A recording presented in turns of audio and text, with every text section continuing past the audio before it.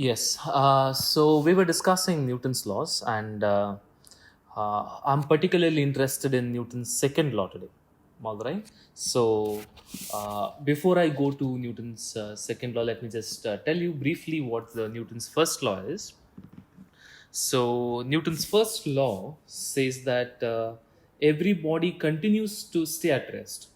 So stays at rest if it was at rest, and continues to move uniformly if it was already moving uniformly if it was already moving uniformly. But this state of motion changes. These state of motion change when an external unbalanced force external unbalanced force acts on the object. All right. So this is Newton's first law, isn't it? So now you might take it lightly. Okay, this is kind of obvious. Some of you might feel this is the obvious thing. But for let me tell you, for 2000 years, people did not think this to be true. All right. Aristotle always thought that rest was the natural state of the body. So I can see a mouse over here. So this mouse, you see that it's at rest, and it feels like the natural state of the body to be is to be at rest. That feels natural, isn't it? If I had not gone through this course of physics myself, I would have thought so too. And it feels like that I need to push or pull this mouse for it to give it a velocity. So it feels like the greater the push, the greater the velocity, right? So that's what they thought for 2000 years. For 2000 years, that's what they thought, until Newton came along and said this: the body stays at rest if it was already at rest, or it continues to move uniformly if it was already moving uniformly, unless and until acted upon by an external force. So until you push the or pull the object, it will continue to preserve its state of inertia. Inertia is this tendency to stay at rest or to continue with uniform speed unless something else happens. All right. So unless an external force acts, the body continues in its state of inertia. All right. So that was Newton's law. And how did he discover it? It's not like a physicist. Scientists are not people that they just think, they sit inside the room and come up with new ideas. No, it's not like that. Physics or any science for that matter, even computer science, it's not done like this. So you can see that the recording is being done right now. So what you don't see is the people working on this recording. So they too keep on experimenting. Okay, this does this work, does this not work? So experiment is a must for any new ideas in physics or any of the sciences. All right. So how would one think of Newton's laws? How would Newton himself come across this his so-called first law of motion? So if you can imagine this, imagine the hockey stadium, right? Why I say the ice hockey stadium, I'm sorry, the ice hockey stadium, because it's completely covered with ice. And if you take a puck is something that you play ice hockey with. All right. This puck, if you give it it would continue to stay at rest if it was at rest, and give it a small push. You give it a small push like that, what you find is the puck keeps on moving forever. By forever, I mean until it reaches the end of the other end of the field. All right. Now, my statement might not be very accurate, because even though ice is why I chose ice hockey field, that's something that I did not tell you. Ice hockey field, it is nearly friction free. All right, it's nearly friction free. That's why the puck would move with the constant velocity. But I said nearly friction free. So if I give it a small push, it might not reach the other end. All right. But from this, we can gather one information. If there was absolutely no frictional force, if there was absolutely no frictional force, this hockey puck would have moved at a uniform rate from here to here. All right.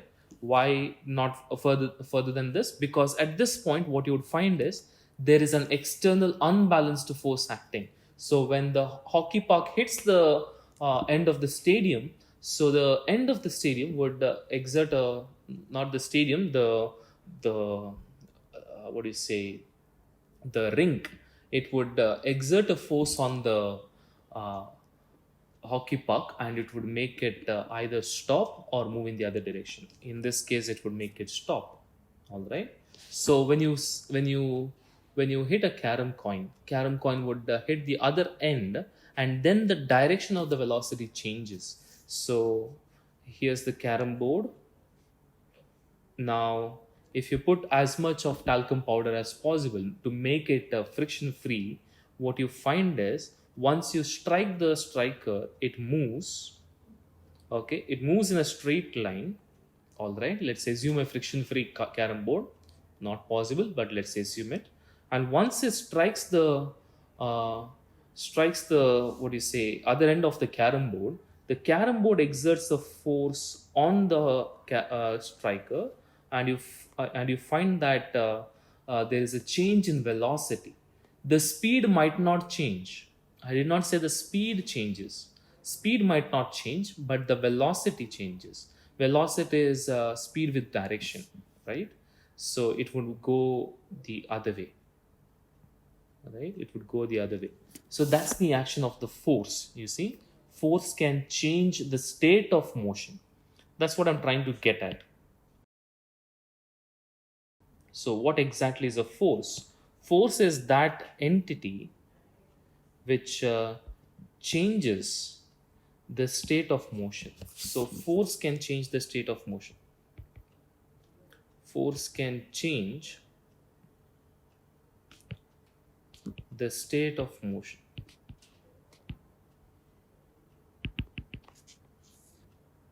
By state of motion, I mean it can change the velocity, or if it was at rest, it can make it move, or things like that. So, force can change the state of motion.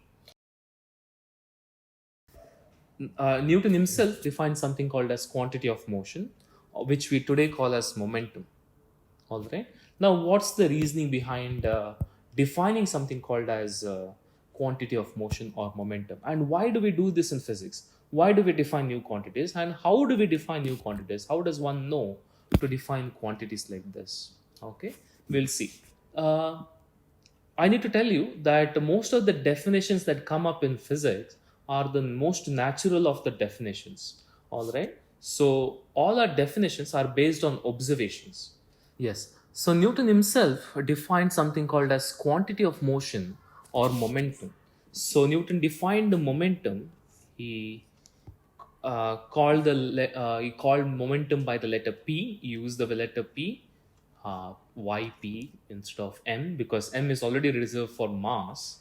So P actually comes from the Latin Peter. Peter meaning impetus or momentum. You see, he has something has a lot of momentum, lot of what do you say, dynamics. Like that's the word impetus. So it comes from the Latin Peter. Okay, so P momentum. He said, let it be equal to mass times velocity. All right. So, momentum or quantity of motion was defined by Newton as mass into velocity. Now, why did he think of this particular definition? Why did he choose mass times velocity as quantity of motion? You see the wording over here, right? Quantity of motion, meaning how much motion is present in a body. It's something that he defined. You cannot say, okay, this body has this much motion. That doesn't seem like the right way to uh, put the words in, right? But Newton defines the amount of motion or the quantity of motion as mass times velocity. All right, because the reasoning is simple. If you have Newton's reasoning was this: if you have a 100-gram object, a 100-gram object, okay, moving, let's say, with 1 meter per second speed, okay, 100-gram object moving with 1 meter per second speed, and a 200-gram object, 200-gram object moving with the same speed, 1 meter per second, it felt natural to Newton that it would take twice the effort to stop this object, than to stop this object. Okay, I have not used the word force there because I'm a little bit hesitant to use the word force. I just want it to be intuitive for you, so I'm using the word effort. It would take twice the effort to stop a 200-gram object which is moving at 1 meter per second, uh, to stop it, than the 100-gram object moving with 1 meter per second. So if I take a 100-gram object now, 100-gram object, 200-gram objects, let's take 200-gram objects, but let's take one moving at 1 meter per second, the other one moving at 2 meter per second. Again, the answer is same. It would take twice as much effort to stop the first one than the second one. All right, than the second one. So it feels natural to define the quantity m into v and call it as quantity of motion. The first one can whichever has less mass times velocity, less product mass into velocity, would have less quantity of motion. But why does he call it as quantity of motion?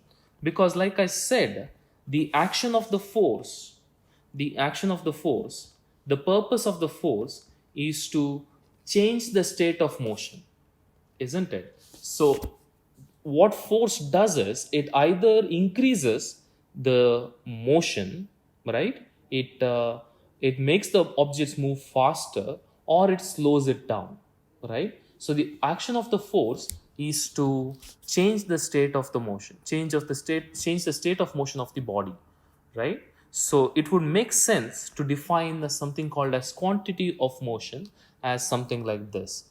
All right, mass into velocity.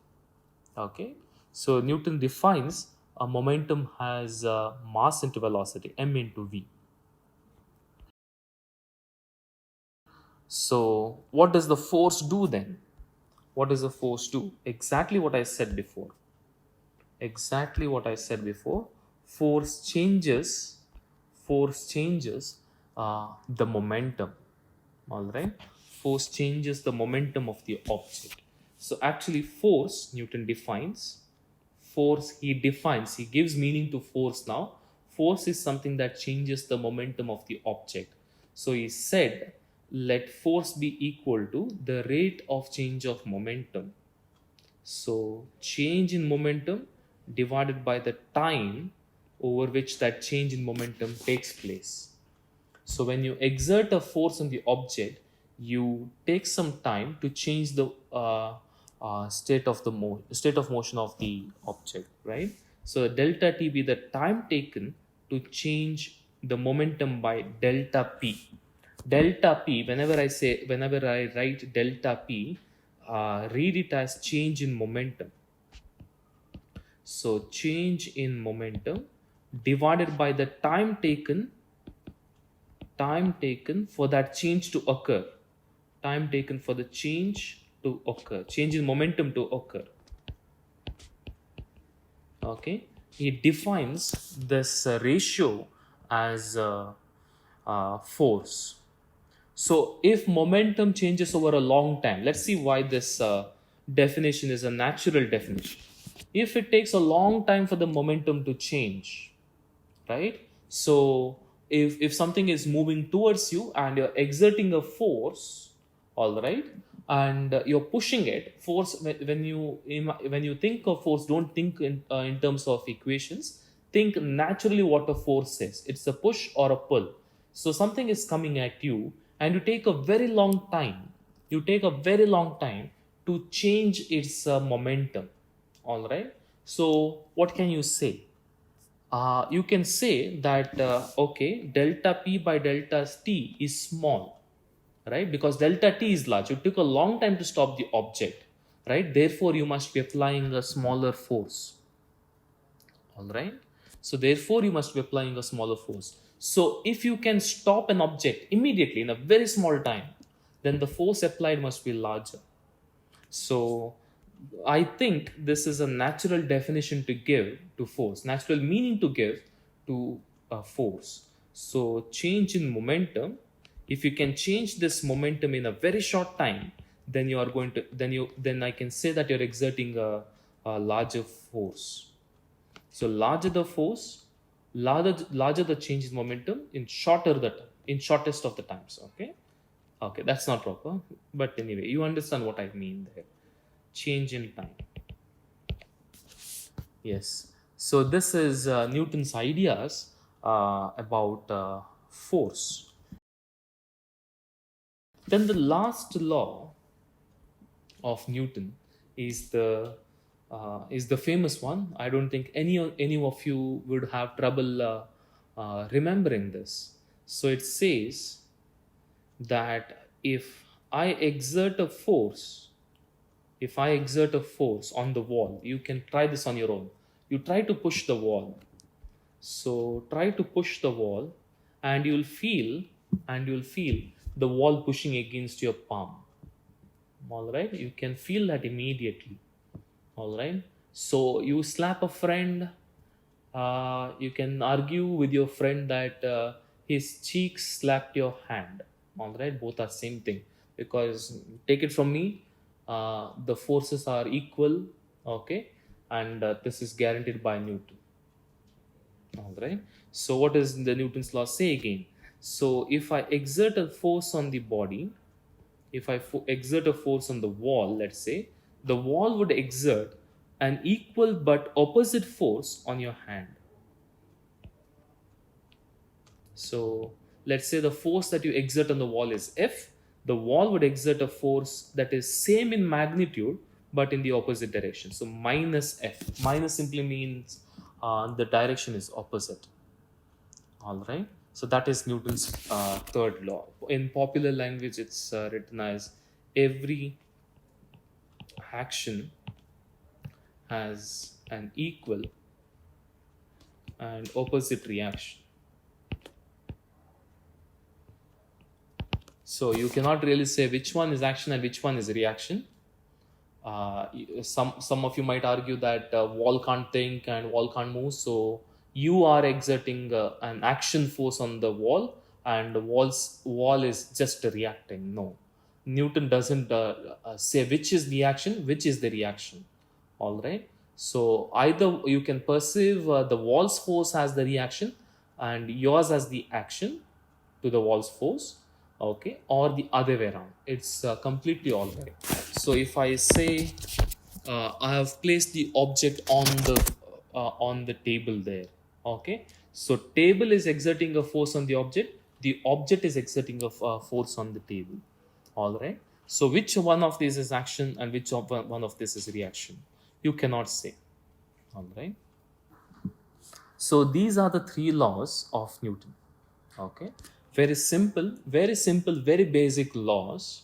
All right, but the applications of these laws are tremendous, and we are going to see over over the course how exactly Newton's laws are applicable. Uh, we still launch satellites into space based on Newton's laws of motion. Of course, not in the way that I've told you. These are, of course, simple, but certainly the Newton's laws are applied in launching the rockets. Okay, there are many calculations to be made, and those calculations involve Newton's three laws. Not in this form, of course.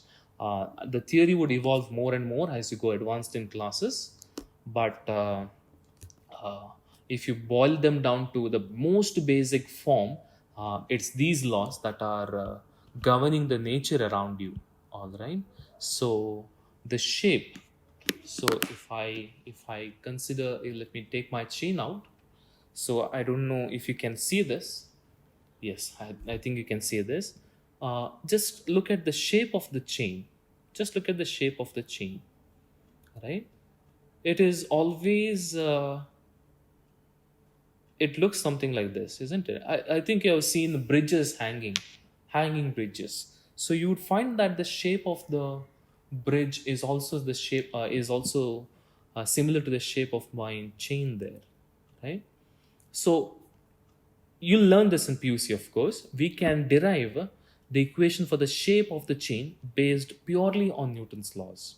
So it can tell you, okay, what kind of shape would be formed. Not just that, if I throw something, what kind of shape, what kind of trajectory, what kind of path an object would take. All right. All of these things can be obtained from Newton's laws. Not just that, you can explain the tides in the ocean based on Newton's laws. You can explain why the moon goes around the sun, sorry, moon goes around the earth, earth goes around the sun based on these three laws. How buildings are built, how sound propagates, all right, how the guitar string works, how waves work, mechanical waves work, right? All of these things can be explained using Newton's laws. Not just that, if you're sitting in an AC room, that AC also could be explained based on these three laws. Of course, new principles will have to be brought in, new ideas will have to be brought in, and base the ideas of Newton's, when combined with these new ideas, can explain the working of AC, how it cools down the room. All right. And why ships float on water. Okay, why wood floats on water and not iron. All of these things are contained in these three laws. That's why this is not simply about objects moving and all those things. There is a lot of information that is to be obtained from Newton's three laws. Okay, and over the course you're going to study them, not everything. Of course, you cannot study all of this in your 10th standard. So as you go to your PUC, and if you, uh, God willing, if you take physics as your major course in college, then you'll study all this in your classes. Let me go to a problem. Uh, so a 650 kilogram rocket is to be sped up from 440 meter per second to 520 meter per second in outer space. So we want to speed up the rocket, 650 kilogram rocket, from 440 to 520 in outer space. If the thrust of the engine is 1200 newtons, for how long must the engine be fired? So for how long must the engine be fired? So thrust of the engine is given to be 1200 newtons. So the force is 1200 newtons. Okay, and we want to speed up uh, a 650 kilogram rocket from 450 meter per second to 520 meter per second. So let's see. So we want to change the momentum, and momentum is being changed by the force here. So we want to change the momentum from the initial momentum, which, what is the initial momentum? Mass of the rocket, mass of the rocket into the initial velocity, which is 440 meter per second. We want to change it from 650 into 440, whatever that number is, we'll see, to the new momentum value, which is 650, the mass, into 520 meter per second in outer space. Luckily in outer space, because whatever the force that the engine, whatever the thrust of the engine is, all of that will be utilized in just changing the momentum. All right, on earth that doesn't happen, because there are frictional forces, there is air resistance and all those things, right? So all of those things are absent in outer space. So this is what we have right now. So what is the change in momentum? Let's see. Delta P, I told you that I'll be denoting changes with the letter delta, the triangle. Delta P is nothing but Pf minus Pi. the change in momentum. All right, so let me see what the change in momentum is. So 650 into 520 minus 650 into 440. All right, that's the change in momentum. Okay, so how do we do this particular subtraction over here? See, what do we have over here? So I have over here 650 520s. Imagine 520s, 650 of them. All right, there are 520, sorry, I'm sorry, I said it the other way around. Imagine 650s, imagine 650s, 520 of them. Both are same thing actually. All right, commutative law. But let's imagine 650s, but 520 bundles of 650s. All right, and here I have 650s, but 440 bundles of them. All right. So what's the total number of 650s that we have? So the total number of 650s that we have are 520 minus 440 of them. So there are 520 minus 440, 650s. So let's do that quickly. So 520 minus 440 is 80. So we have 80 650s. So uh, how many 650s are, what do we, what's the total number here? If we have 650 80s, how much is that? So I can do this math now. So 0 into 0 to 0, yes, 8 into 0 is 0, 8 into 5 is a 40, 8 into 6 8 into 6 is a 48, but I have to remember the 4 that I have carried forward. So this is 52. So this will come out to be 52,000. So 8650s are 52,000. So this is the total change in momentum. And what's the unit? So unit is kg meter per second. Mass into velocity, isn't it? Kg meter per second. So the total change in the momentum is 52,000. And what is the force acting over here? Force acting is 1200, and that's the thrust of the engine, isn't it? So Newton's law says that the force, if there is a change in momentum, and this change in momentum is taking over some time delta t, then there must be some force acting, isn't it? Now certainly the momentum is being changed over some time delta t. So what is that delta t? So if we want to see how long it would take, for a force of 1200 newtons to change the momentum by 52,000. Okay, so what do I do for this? I just write delta t as delta p by f. Delta p by f, and delta p is 52,000 divided by f. F is given to be 1200. Yes, so 520 by 12. And how do I do this? I know that if it was a 48 instead of 12, then this would have been a 4, right? This would have been a 4. So it's not 48, it's 52. So there is a 40 that I take to the other side. So there is 40 remaining now, right? So 40 divided by 12, if it was 36, then it would have been 3. But there is another 40 remaining, another 4 remaining now. So if you continue along this path, what you'd get is 43.3333 seconds. So about 44 seconds I can say, or 43 or 44 seconds would require me to change the speed of the rocket, that is 650 gram, by this much. All right. So what if it was what if the mass of the rocket was half of this? What if it was 325? If it was 325 kilogram and the thrust of the engine was same, how long do you think it would take? Would you like to check it out, or can you just take a guess?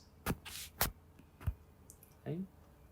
My guesswork would be it would take half the time, 43.333 divided by 2.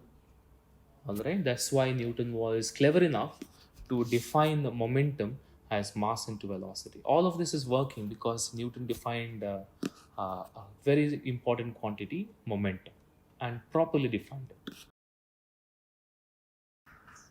Yes, let's go to another problem. So this problem is similar to the previous one. So let's see what's happening over here. So a zero point 0.1 kilogram ball is dropped onto a tabletop. So it's a zero point 0.1 kilogram. So that's a 100-gram ball. So uh, you drop it onto a tabletop. The speeds of the ball right before hitting the table and right after hitting the tabletop are 5 and 4 meter per second respectively. So you drop the ball, and the ball right before it hits the table is 5 meter per second, and right after it has hit the table, it is 4 meter per second. If the collision between the ball and the tabletop lasts 0.15 seconds, so the entire duration, so you can see that the ball would strike the table and it would take zero point 0.5 seconds for it to come back up, right?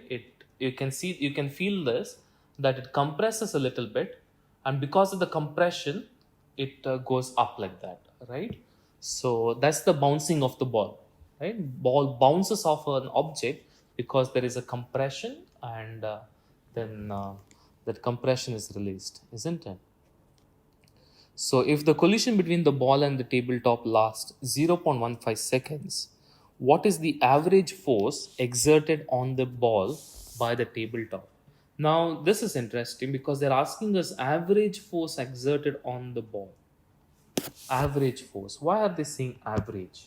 Because when the ball hits the tabletop, it hits it hard. Okay, so the force is initially larger, and then the ball slows down a little bit, and therefore the force also is lesser.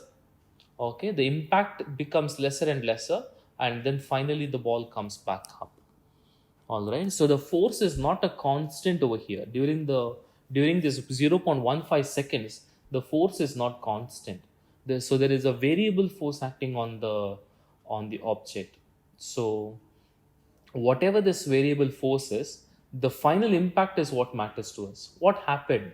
So the ball went down with hit the tabletop with 5 meter per second, but it came up with 4 meter per second. So there has been a variable force acting on it, but what is the result? The result is 5 meter per second to 4 meter per second, isn't it? That's the change. So what does average even mean? Average means the net effect, right? The net effect. So the force was larger in the beginning, but went smaller in the as the time went forward. But the average effect is something like the constant force. If it was a constant force, what would be the effect? What would be the what would be the constant force which would give you the same result? What is the result? 5 to 4. 5 meter per second to 4 meter per second in 0.15. Okay. So that's the average force. They cannot ask you what is the force acting. No, that would be a wrong question. Wrong question. So that's why they're asking you what is the average force. So let's see. So here the momentum is a vector quantity, which I did not tell you in the previous class, previous problem, but I also always told you it is mass times velocity. So momentum is a vector, and it is mass times velocity. All right, so what is the final momentum? Let's see. Final momentum is this. It is in the upward direction. It's in the upward direction.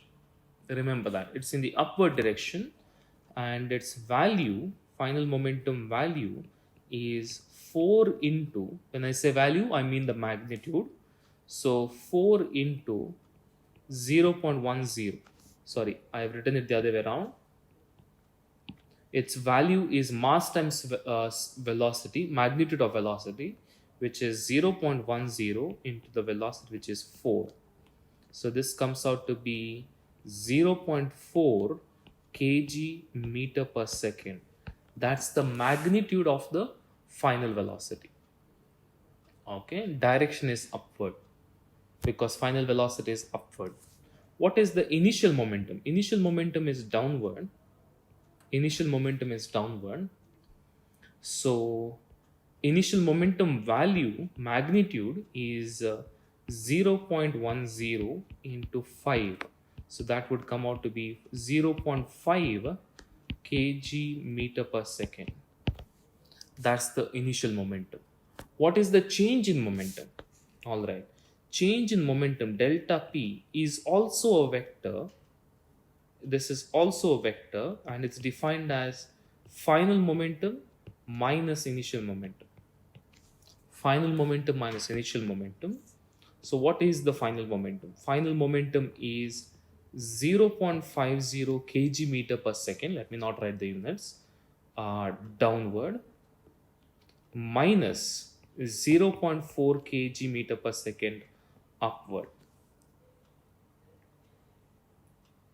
Oh, I've made a mistake. I'm sorry. Terrible mistake. So final momentum is 0.4 kg meter per second upward. This is the final momentum minus the initial momentum, which is 0.50 kg meter per second downward. All right. So what is the direction of the change in momentum? Just look at this. 0.4 kg meter per second. I'm skipping the units this time. Upward minus 0.50 kg meter per second downward minus, and it's downward. I can combine those two things and say plus 0.50 kg meter per second upward. All right. So minus downward direction means plus upward direction, isn't it? So we get the change in momentum to be 0.9 90 kg meter per second, but upward. That's the change in momentum. All right. And what are they saying? They're saying that this change in momentum happened over a time interval of 0.15 seconds. So the change in momentum delta p happened over a time interval of delta t. So the force must be equal to delta p by delta t. So let's find out what that force is. So the force acting on the object, acting on the ball, is 0.90, the change in momentum, which is upward, divided by 0.15. 0.15. So 0.90 divided by 0.15, that would be 6. So the force, which is a vector quantity, the force acting on the ball is 6 Newton. And what is its direction?